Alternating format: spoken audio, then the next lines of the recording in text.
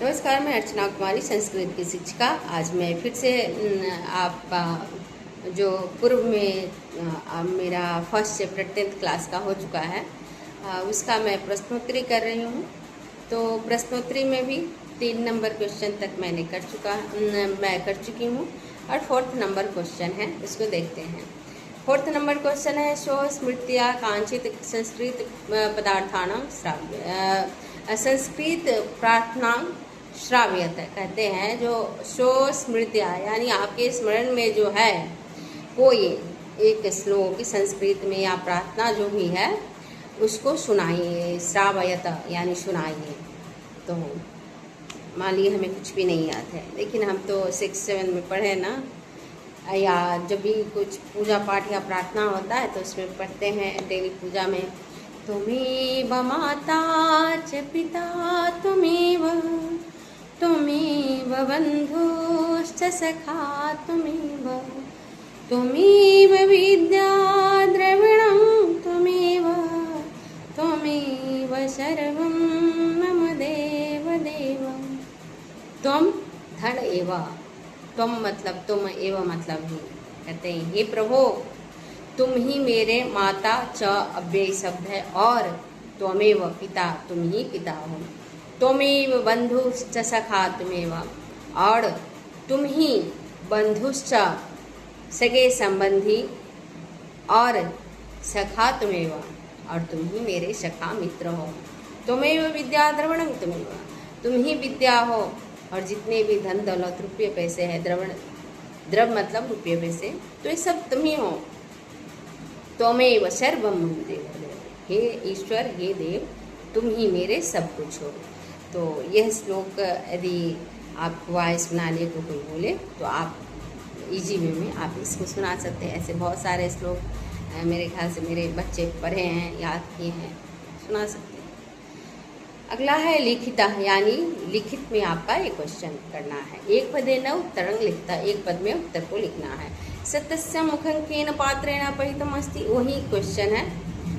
तो मेरे ख्याल से इस क्वेश्चन को यदि चलिए कोई बात नहीं कराते हैं। सत्यस्य मुखेन केन पात्रेण परितम अस्ति, सत्य का मुख किस पात्र से ढका हुआ है। अस्ति मतलब अस्धातु है। कहते हैं हिरण्यमेन पूषाम कस्मै सत्यस्य मुखम अपावृणात, तो सत्य धर्माय, सत्य धर्म वाण के लिए। कह महतो मह्यान अस्ति, कौन महान से भी महान है, तो इसका अर्थ होगा ब्रह्मणा। किंग जायते, किसकी जय होती है, तो सत्यम। देवयान पंथा कौन बीतता अस्ति, तो सत्येन। अगला है नद्यः के विहाय समुद्रे अस्तं गच्छन्ति, नद्यः के विहाय, नदियाँ किसको छोड़ करके समुद्र में विलीन हो जाती है, तो अपने नाम और रूप शक्ति को छोड़कर। आगे है साधका पुरुषं विदित्वा किम अत्येति, साधक पुरुष जो होता है, साधक पुरुषं विदित्वा यानी जो बोलते हैं, किम अत्येति क्या है, तो कहते हैं परात् परम, परम आत्मा, परम पुरुष की बात करते हैं, साधक पुरुष जो होते हैं। यह आपका लिखित का क्वेश्चन नंबर 1 हुआ।